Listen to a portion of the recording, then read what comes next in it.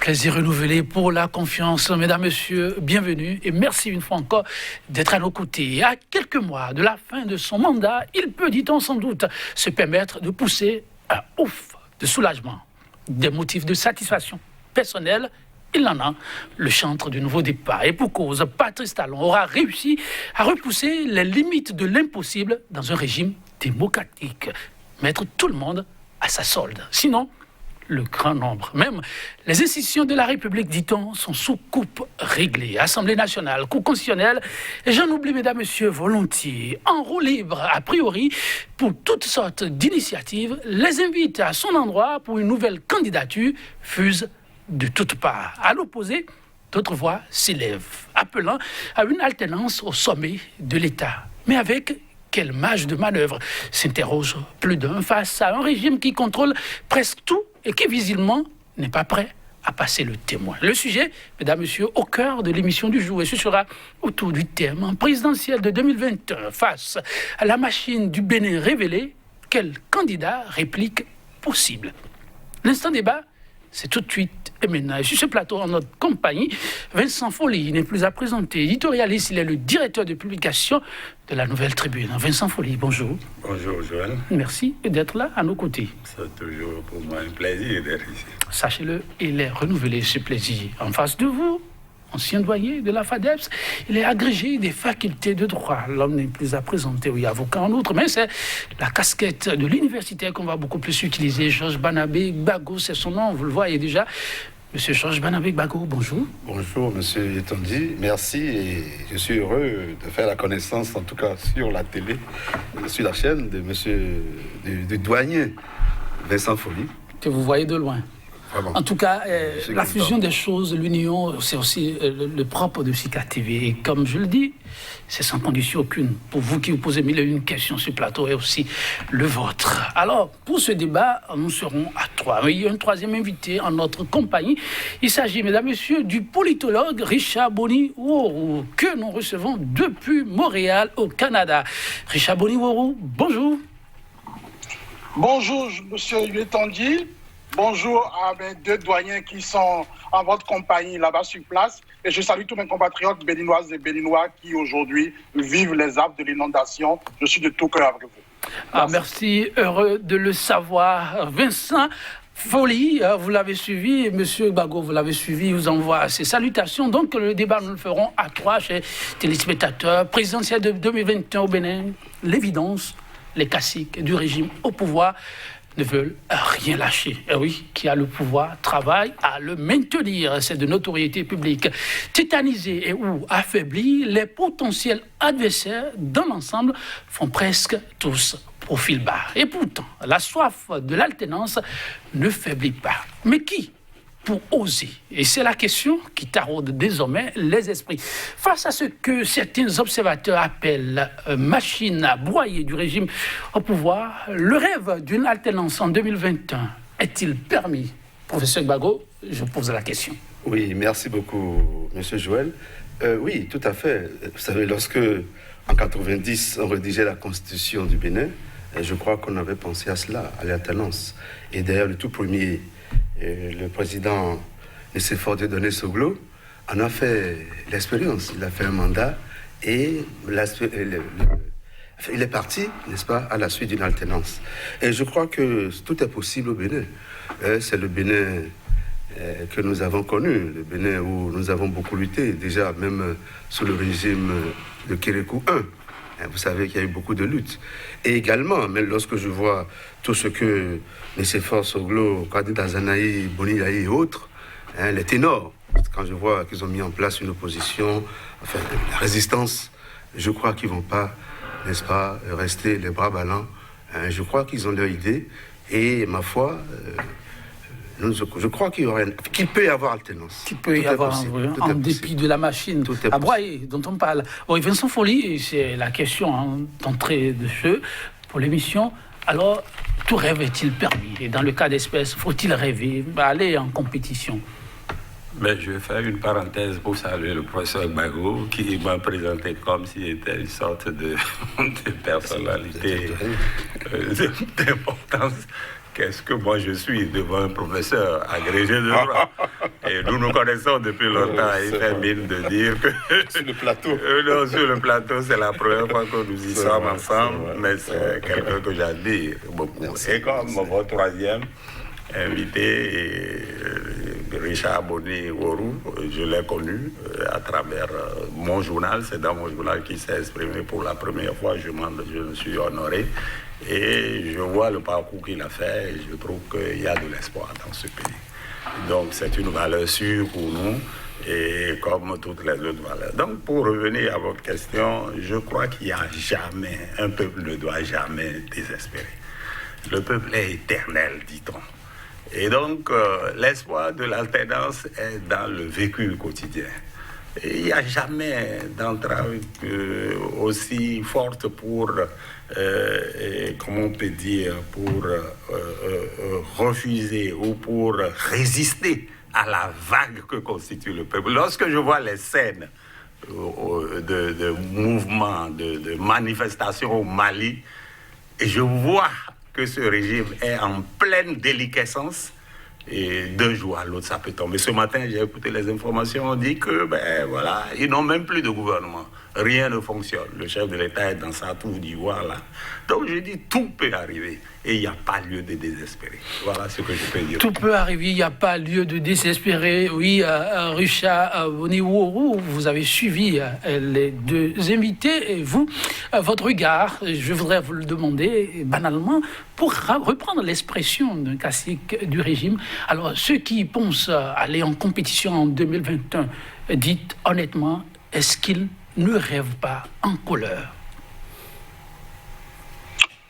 Vous savez, Patrice Talon était un observateur de la vie politique. Il est aujourd'hui en plein dans la politique. Mais je pense que si j'étais pasteur, j'aurais prié pour vous pour que l'esprit de défaite qui anime les Béninois aujourd'hui puisse s'en écarter.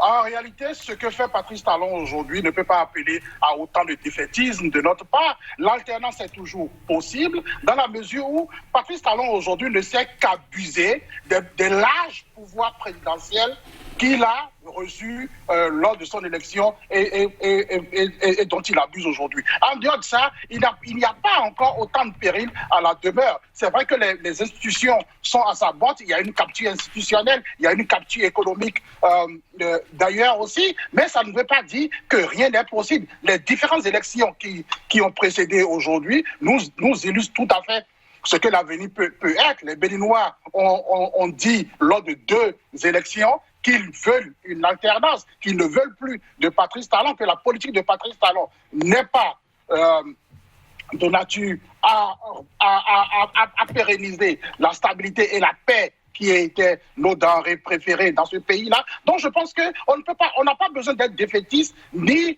que les gens doivent encore démissionner davantage de leur rôle démocratique. L'alternance, elle est possible, nous y rêvons et elle est à portée désormais. Elle est à portée de main, mais vous semblez dire, sinon vous l'avez même affirmé, que lors de 2 élections, les Béninois ont semblé opter pour l'alternance. Comment ça? Bien évidemment, quand vous regardez d'abord les chiffres de participation, vous savez, il y a 2 façons de sanctionner un gouvernement.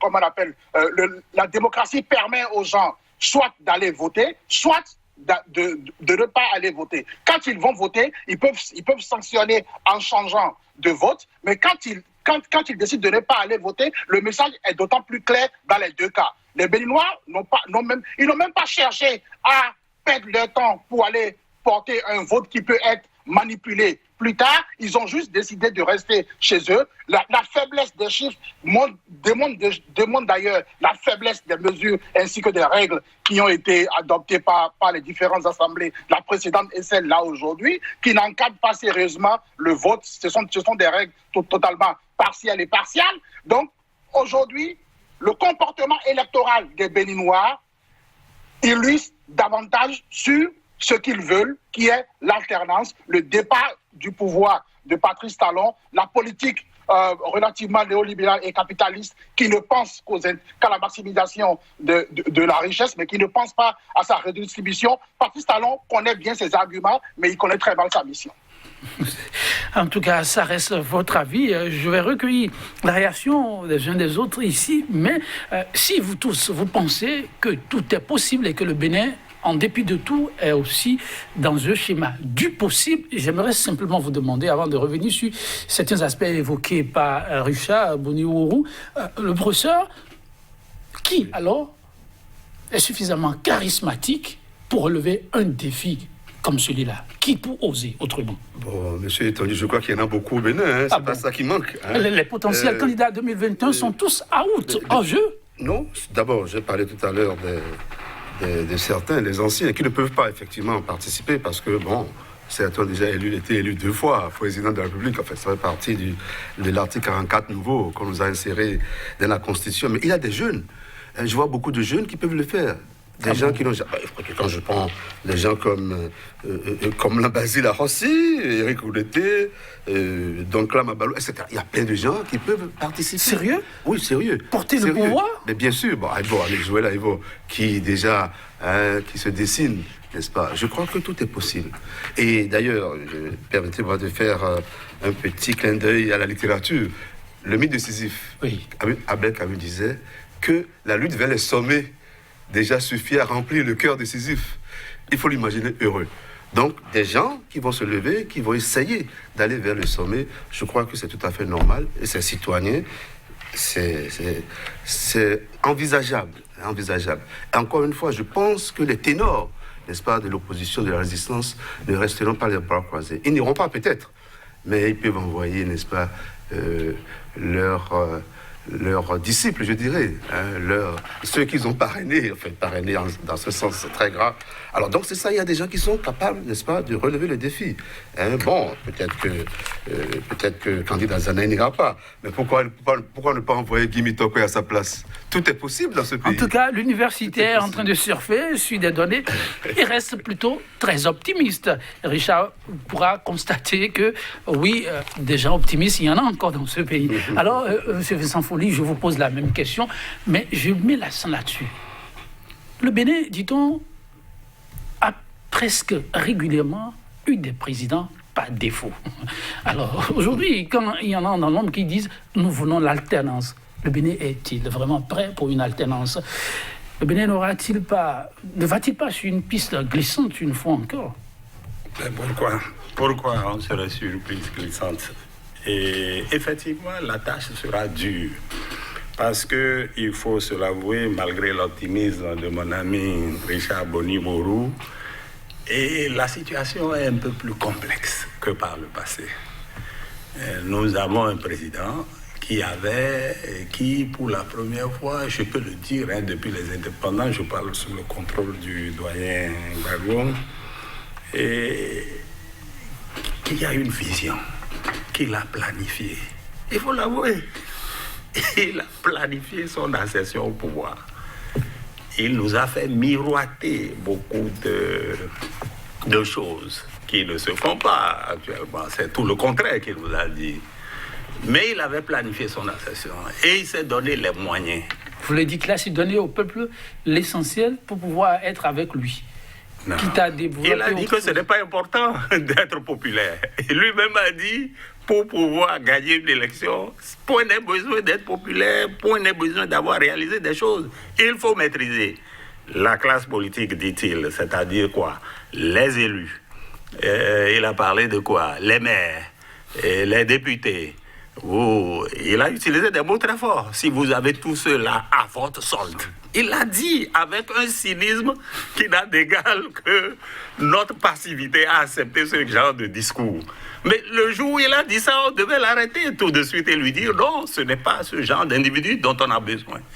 Mais personne n'a vu venir. Il a dit plus loin. Moi, tout le temps, lorsque la première interview qu'il a donnée au journal Le Monde, moi, je le pense tout le temps moi-même. Je pense tout le temps moi-même. C'est quelqu'un qui a planifié son arrivée au pouvoir et qui s'est donné les moyens de tout faire. Et il utilise, Richard l'a dit au début, le professeur l'a dit, les moyens que l'État donne à celui qui est au pouvoir, à savoir les forces de sécurité, il les a. Et d'après ce qu'on a appris, il leur donne les moyens d'agir. Et les moyens, vous savez de quoi je parle. Cela dit, donc, devant un tel homme, c'est presque un défi, sinon une gageure, de dire qu'on va l'affronter. Mais pourtant, il y en a eu de plus fort. Regardez Compaoré. Il était un médiateur reconnu en Afrique. Il était très fort. Mais c'est en une semaine qu'il est parti. Regardez ce qui se passe au Mali. J'en ai parlé tantôt. Mais comparaison n'est pas raison. Mais je dis... Merci surtout de le souligner. Oui, comparaison n'est pas raison. Mais je dis comme Boni, moi je n'ai pas de défaitisme. Hein. Ce régime m'a fait tellement de mal. Mais moi je suis quoi? Je ne suis rien. Mais ce que le peuple souffre dans les mains de ce régime, c'est terrible. Et donc, moi, je ne crois pas que je puisse accepter que cette situation perdure. Donc, je suis un militant. Vous voulez dire que vous êtes un potentiel candidat? Non, je n'ai pas le charisme des hommes politiques. Qu'il me suffise de rester dans mon manteau d'objecteur de conscience. Et de quoi? Alors, si vous devez faire l'exercice d'un profil type... Non, on en viendra. Pourquoi tu es pressé? Okay. Okay. Je me retourne vers... Le pouvoir est dans les mains du peuple. Et le peuple, je l'ai dit, ne meurt pas. Et les gens, les leaders qui vont émerger du peuple, ça va sortir. C'est en train de sortir. Il a cité des noms. N'allons pas vivre en besogne. D'où est venu M. Talon? D'où est-il venu? Qui savait que ce monsieur pouvait diriger un jour le Bénin? Mais c'est quelqu'un que le système que nous avons mis en place en 90 a produit. C'est-à-dire que Talon est le produit du système lassiste, de ce consensus mou que nous avons eu de la conférence nationale. Il est le produit. Et il a observé. Et il a vu que toute la classe politique est complètement vénale, c'est-à-dire attirée par l'argent. Il a compris que pour avoir tous ces gens, il ne faut pas beaucoup de choses. Donc, c'est un petit groupe de gens, ils ne sont pas plus de 200, qui dirigent le pays. Mais nous sommes 11 millions, pourquoi on aurait peur?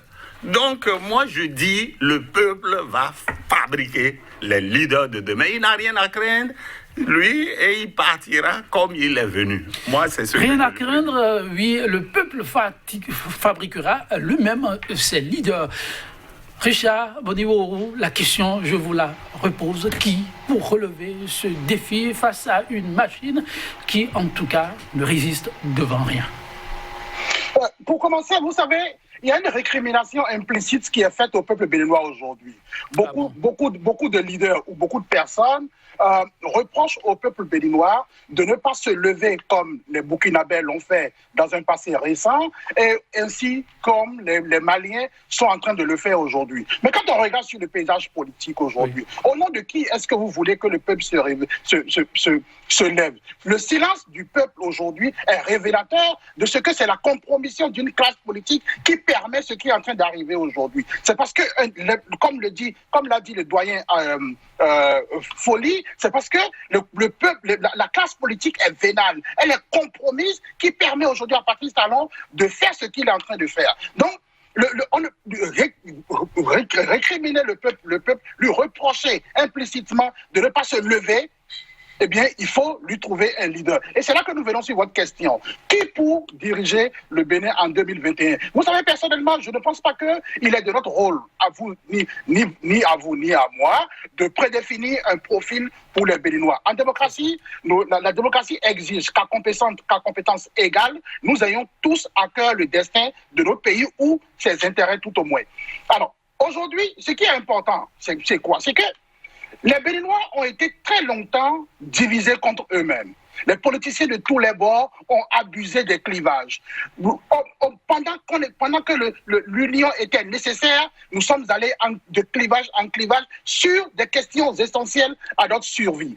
Des chefs d'État de tous les bords ont choisi des syndicats, les syndicats qui soutenaient leurs actions contre les autres, les travailleurs qui soutenaient leurs actions contre les autres. Le peuple a subi de division en division. Alors, ce qu'il faut aujourd'hui, c'est un profil rassembleur.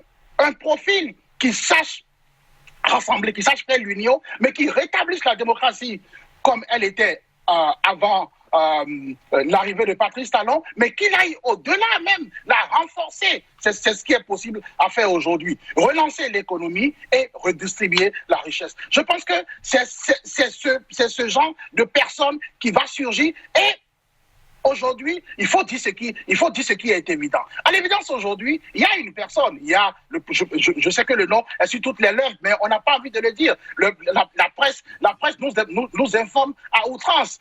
D'où que vous soyez aujourd'hui, vous lisez Joël Aïvo sur toutes les lèvres. La presse en parle. Vous-même, vous en parlez de temps en temps. Alors, aujourd'hui, il y a Joël Aïvo qui dit, écoutez, monsieur, moi, je pense que je peux braver la peur, je peux renverser la tendance. Qu'est-ce qu'il faut faire? Il faut me soutenir. Alors, je pense qu'il vaut mieux parler de ce qui est évident, de parler de Joël Aïvo, qui est aujourd'hui la seule personne qui est sur le terrain face à la machine démocraturiste de Patrice Talon. C'est la seule personne qui est sur le terrain. Comment est-ce qu'on fait? Est-ce qu'on peut décrypter la personne? Quelles sont ses aptitudes? Comment est-ce qu'il vit chez lui en famille? Comment se trouve sa femme? Je pense qu'il faut parler plus profondément, au moins de cette personne-là, puisqu'il est évident aujourd'hui que Joël Aïvo sera candidat. Tout ce qu'il essaie de maintenir un suspense de politicien, mais ce n'est pas plus grave. Nous savons tous qu'il sera candidat. Alors, il faut le décrypter, il faut le connaître plus profondément pour que ne soit pas encore une surprise. Pour vous, pas question de faire dans la dentelle. On vous a compris. Je vais là poser la question à vos vis-à-vis, je dirais. Vous êtes allé tout droit au but, mais je me retourne vers l'université. Oui, aujourd'hui, c'est un boulevard devant Patrice Talon, on ne voit personne. Et tous tapis presque dans l'ombre, il y en a qui essaient d'envoyer quelques petits doigts dehors, mais il y a quelqu'un qui ose lever la tête. Je ne sais pas si c'est comme Jean-Baptiste dans le 10e, mais bon, en tout cas, on voit quelqu'un qui semble donner de la voix. Officiellement, l'homme ne parle pas. C'est vrai, comme l'a dit Richard Boni-Wourou, beaucoup parlent de lui. Vous êtes universitaire. Quand on prend ce profil, vous excusez l'expression, est-ce que ce n'est pas vraiment trop de risques face à une machine comme celle-là? Pour parler ici, il a ajouté après un aspect sur lequel on reviendra, la question du rassemblement.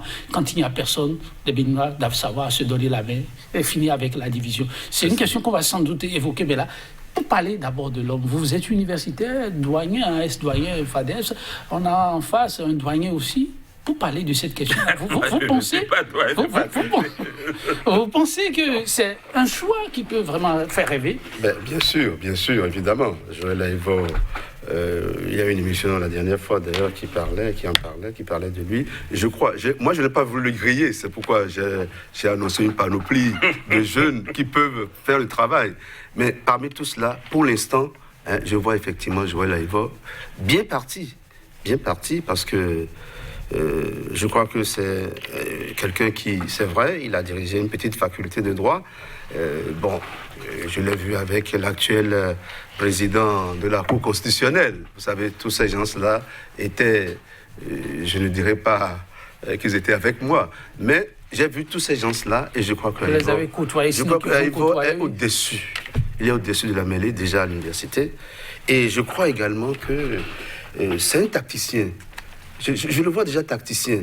Vous savez, bon, je suis sûr que sa région natale, tout ce que son père a eu comme popularité, je crois qu'il peut avoir tout cela, n'est-ce pas, sur son nom. En plus, il a commencé par aller à Savet, à Paracou, c'est-à-dire les fiefs, n'est-ce pas, qui ont besoin effectivement qu'il y ait alternance, qui l'ont exprimé. Et d'ailleurs, on parle... Ah bon, vous trouvez que ce sont des fiefs? Vous savez, amenez quelque part, là. Vous savez, déjà, il y a un an... On se demandait, mais pourquoi cette descente? Mais l'universitaire pense que c'est bien réfléchi. Mais oui, je crois que c'est une bonne stratégie, déjà, mettre les gens en confiance, et puis la jeunesse surtout. Il s'est adressé plusieurs fois à la jeunesse pour dire c'est vous, c'est à vous que je viens, c'est vers vous que je viens. Vous souffrez, comme l'a dit tout à l'heure le doyen, et Folie, et comme le disait aussi Mourou, Richard, enfin le doyen en matière de presse, quand même. Non, le doyen en matière de presse. Oui. Bon, le DP, alors là je peux le dire, le DP Vincent Folie, comme il a dit, la jeunesse souffre. Et Aïvo a compris qu'il faut d'abord s'adresser à cette jeunesse-là.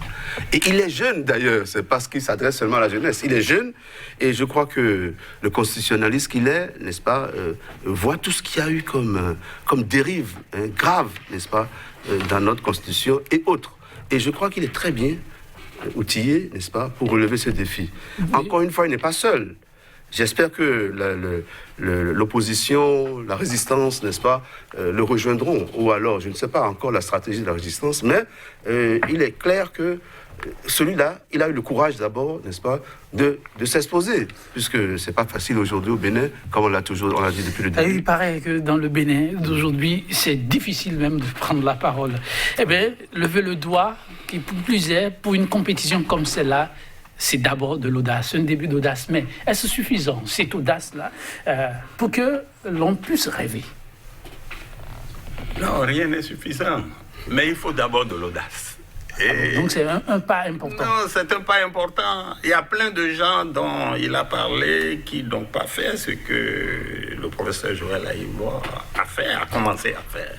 Il faut donc saluer ce courage, malgré tout ce qu'on peut avoir comme récrimination autour de lui, qui est... Moi, je crois qu'il n'y a pas de gens parfaits dans le monde. Et vous avez dit tantôt, lorsque vous parlez, que nous avons toujours choisi des présidents par défaut. Oui. Qu'est-ce qui va encore se passer? Nous sommes obligés de choisir encore quelqu'un. Par défaut, non pas parce qu'il ne serait pas capable, mais par défaut, c'est-à-dire pour contrer ce qui est là. Nous serons contre quelqu'un pour quelque chose. Et cette personne que nous allons choisir sera pas l'idéal nécessairement, mais il sera celui qui aura osé. Et je dis, j'ai eu l'honneur de le recevoir dans ma rédaction et il a dit ceci.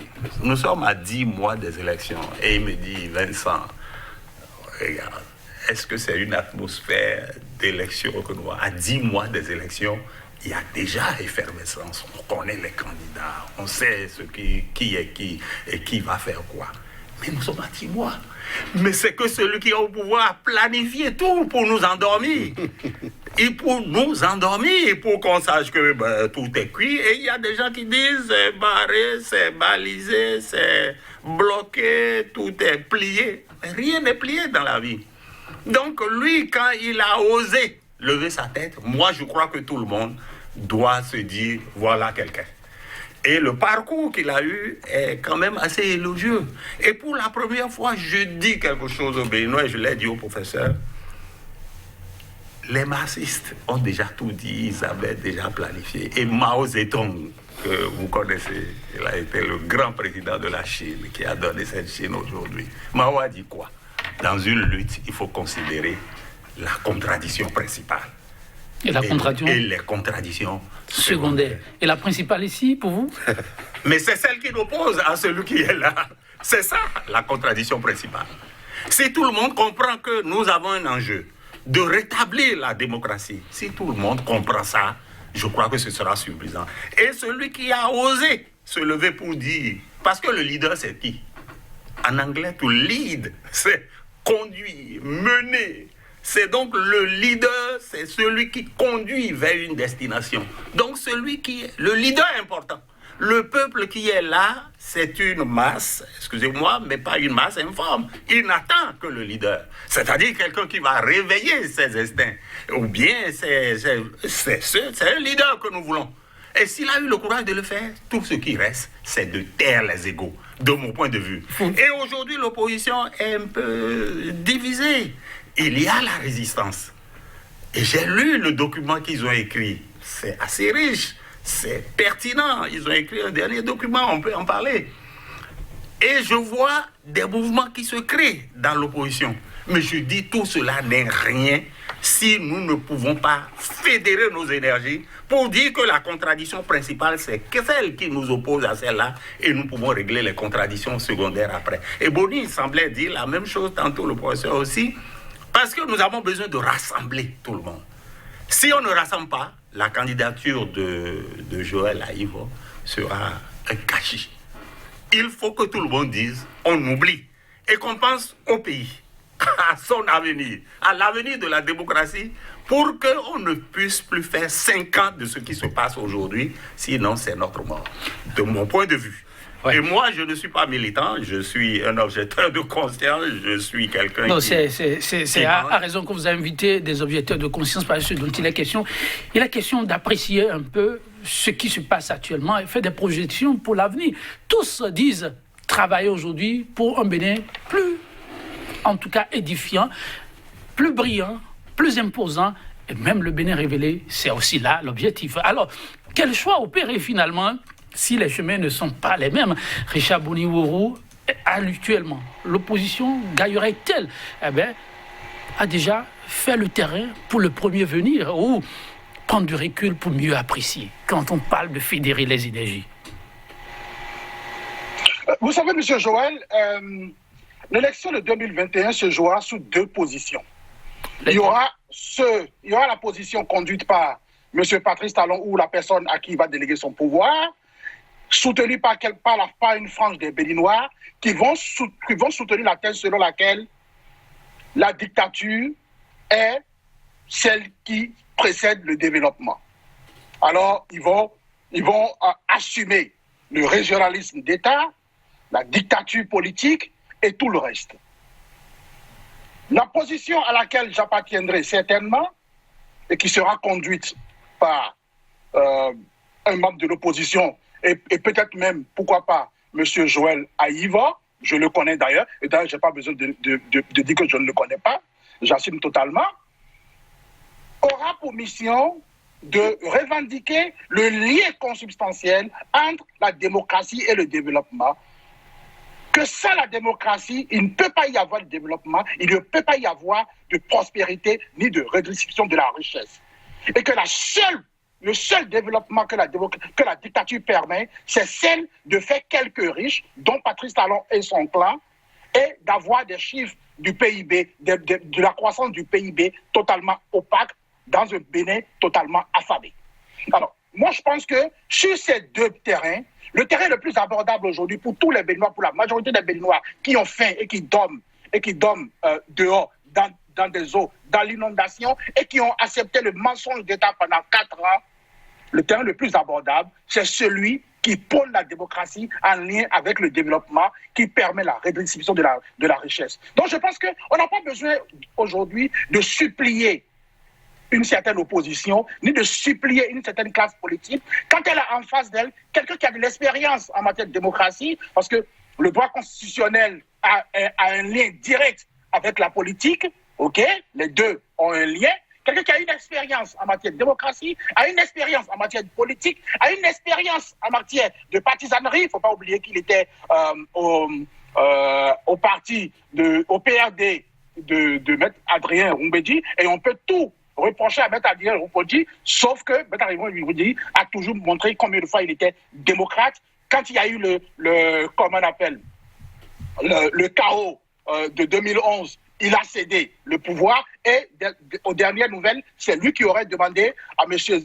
Lionel Zissou d'appeler Patrice Talon pour lui concéder la victoire. Par conséquent, il a prouvé combien de fois il était un démocrate qui incarnait un parti auquel Joël Aïva appartenait. Donc je pense que l'expérience, le capital démocratique est déjà là et il est le plus abordable aujourd'hui pour nous. Sinon nous irons nous perdre tous encore, moi non inclus, avec cette dictature, et je suis très certain qu'elle finira.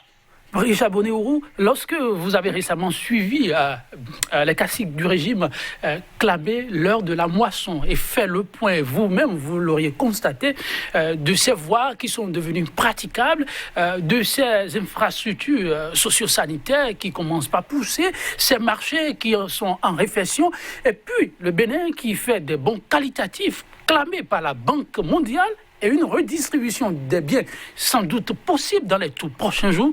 Ne craignez-vous pas que là, ce soit de l'eau versée sur le dos du canard? Monsieur Joël, je suis sûr que vous-même, quand vous entendez les chiffres mirobolants de la croissance, vous n'y croyez pas. Écoutez, vous savez, je ne veux pas m'embarquer dans un débat totalement économique ce matin, mais je vais vous dire une chose très simple. Vous savez, quand on parle du PIB, la croissance, c'est la croissance du PIB. Donc, quand on parle du PIB, le I qui est à l'intérieur, le I qui veut dire intérieur, veut dire aussi, ne veut pas forcément dire que les unités productrices, que c'est seulement la production de la richesse à l'intérieur. Mais il peut y avoir des unités productrices de richesse à l'intérieur qui ont des actions à l'extérieur et rapatrient leurs revenus à l'intérieur qui viennent gonfler le PIB. Peut-être que Patrice Talon et ces affidés ont des revenus, ont des actions à l'extérieur qui ramènent de l'argent à l'intérieur pour venir gonfler les données du PIB. Autrement, je ne vois pas la recherche qui a été produite à l'intérieur du pays pour pouvoir justifier ce bon quantitatif et qualitatif du PIB. Et même s'il en était, il faut comprendre que notre croissance est totalement sectorielle. C'est-à-dire qu'il y a deux secteurs majoritaires, l'agriculture, dont le coton en tête, ainsi que le porc, qui font de la croissance. Par conséquent, la redistribution des fruits de la croissance commence d'abord par les agents producteurs de ces domaines-là avant de retomber sur l'ensemble des Béninois. On ne peut pas élever à l'échelle du pays tout entier la croissance qui est faite juste dans deux petits secteurs. La croissance, la Banque mondiale elle-même l'a dit, que notre croissance, elle n'est pas inclusive, elle est totalement exclusive, et non seulement elle est exclusive, elle n'a pas produit de l'emploi dans le pays, 3 années consécutives de croissance, mais on est encore à faire de la rigueur budgétaire, à chasser des gens, à fermer des emplois, à mettre du personnel au chômage. Il faut comprendre que cette richesse-là, elle est produite par des secteurs et que ce sont ces secteurs qui absorbent. Merci, de toute évidence, une richesse qui est produite par la dette sera absorbée par la dette. Voilà. Ok. Alors, professeur Gbagbo, une question quand même. Eh bien, les Béninois ont été habitués depuis peu à un phénomène jugé par certains observateurs de malheureux. Il paraît que la tristesse des Béninois, c'est en partie grâce à une classe minoritaire qui est supposée conduire la troupe, ces intellectuels, qui ont la manie de changer de position à tout va. Eux qui clament une chose un matin, déjà à midi, ils peuvent clamer le contraire, prêts à faire des démonstrations vraiment pas croyables, à dormir debout. Alors, j'aurais la Ivoire universitaire Bontin, on a vu d'autres universités hier.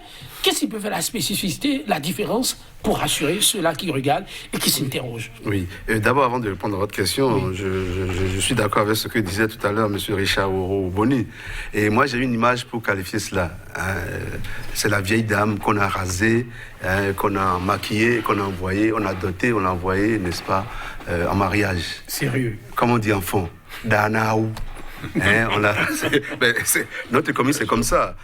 Bon, on a rasé la vieille dame, tout fait, les rides, tout ça. Mais lorsque les cheveux vont pousser, on reverra encore. La réalité rattrapera. Voilà, c'est ça. Donc ça, c'est l'image que j'ai juste pour ce niveau-là. Pour la traîtrise de nos... Bon, les intellectuels, vous savez, c'est comme ça, c'est connu. Nous sommes équilibristes, voilà.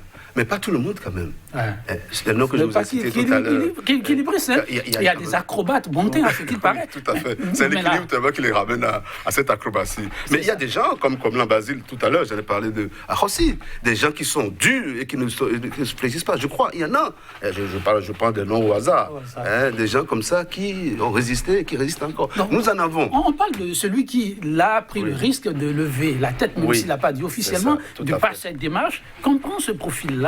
Et qu'est-ce qui peut motiver quelqu'un à dire, mais ce monsieur, à peine à midi, il ne changera pas? Non, vous savez, moi je vous dis quelque chose. Oui. Il y a quelque chose de bon quand même dans la nouvelle constitution.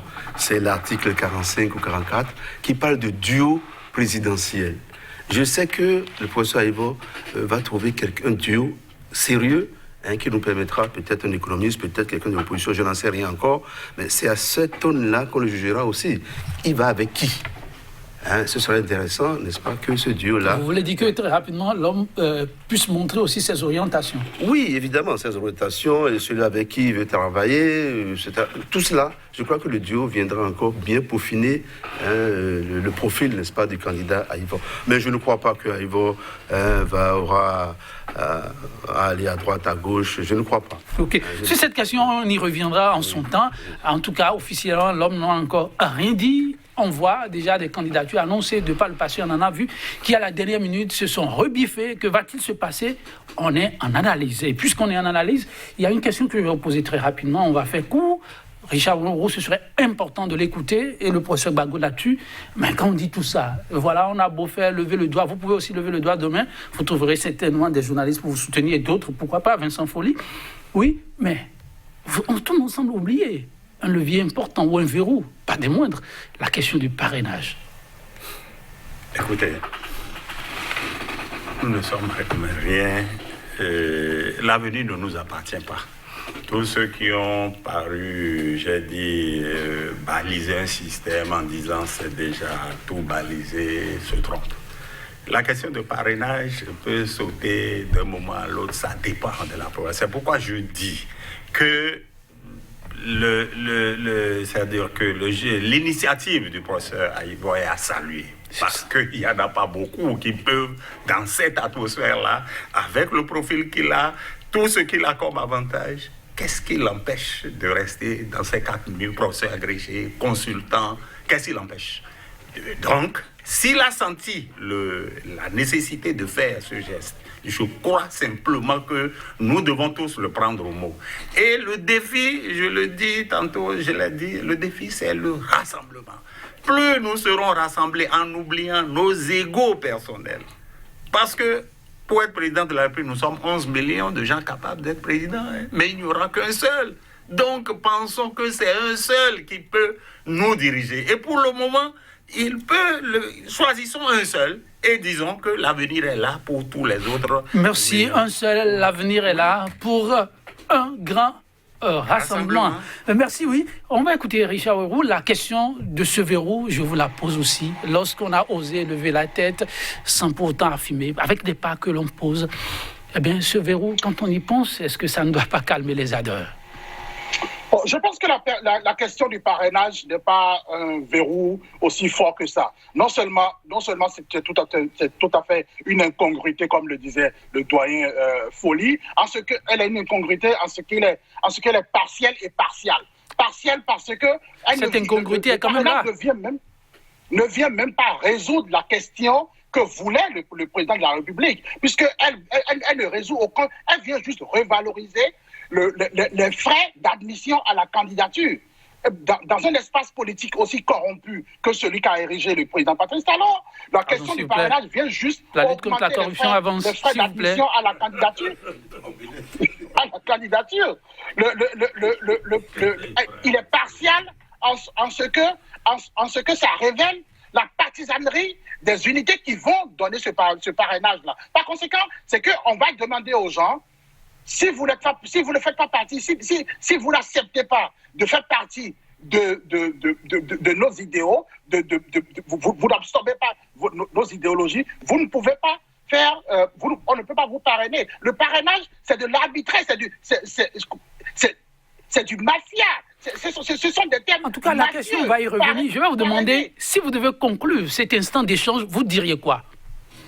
Si je dois conclure, je dois dire que la question, le verrou du parrainage n'est pas difficile à faire sauter en lui-même. Et même si on n'arrive pas à faire sauter le verrou du parrainage, il ne peut pas constituer en un obstacle dans un environnement aussi corrompu et instable qu'est celui de Patrice Talon. Merci à vous, Richard Oueroux. Je me retourne vers le professeur. Oui, professeur Gbagbo. La question, la même, je vous la pose quand vous l'observez. Quand on dit tout ça, et on a finalement une voix qui s'élève peut-être dans ce désert de candidats, vous ne vous dites pas, en tout cas, il y a quelque chose encore d'important auquel il faudra penser. Oui, je crois que le parrainage, je n'ai pas encore opiné là-dessus. Vous savez, lorsque je parle bien le professeur Aïvo, nous sommes toujours tu à toi. Oui, alors, je lui ai posé, ça a été la première question que je lui ai posée. Mais comment tu vas faire pour le parrainage? Parce que, où est-ce que tu vas l'avoir? Parce qu'il y a des lois qu'on va mettre en place. On a appris ça pour vous dire que c'est les partis qui doivent... Il me dit, rassure-toi, j'aurai les parrains qu'il faut. J'aurai le parrainage. Donc, voilà, je suis serein. Je suis serein. Si vous devez conclure? Oui, non, mais je dirais que le profil type à l'heure actuelle de présidentielle de 2021, je vois très bien mon collègue Aïvo, Joël. Et vous pensez que la liste peut être extensible? Voilà. Oui, Vincent Folly. Surtout pour le duo. Pour le duo. Votre conclusion? J'ai dit tout ce que je peux dire. Je parle du parrainage une dernière fois pour dire qu'il y a deux possibilités. Les deux, la première, c'est de dire on veut corser pour dire qu'on oblige les partis, que c'est le parti qui va parrainer et que ce sera personne d'autre. Si on le fait, on court vers le suicide parce que ce n'est pas la voie. Ou on saute le verrou de parrainage et tout le monde... Que va-t-il se passer, chers invités, Richard Oueroux, Vincent Folly? Le professeur Gbagbo, dans les tout prochains jours, on le saura. On est en analyse, tout est possible. On se retrouvera très bientôt pour poursuivre le débat au regard des faits que l'actualité nous offrira. Et aux fausses compagnies, sur cette citation du romancier français Mac Lévy. Rien n'est impossible, dit-il. Seules les limites de nos esprits définissent les barrières supposées infranchissables. À très bientôt. Au revoir.